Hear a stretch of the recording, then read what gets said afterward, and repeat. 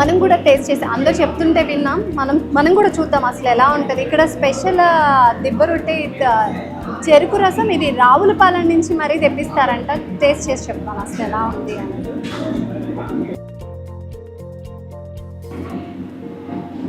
చాలా న్యాచురల్గా ఎంత బాగుంది అంటే, అది స్వీట్ కూడా అంతగా లేదు, చాలా అంటే చాలా బాగుంది. చాలా స్పెషల్ అని చెప్పారు.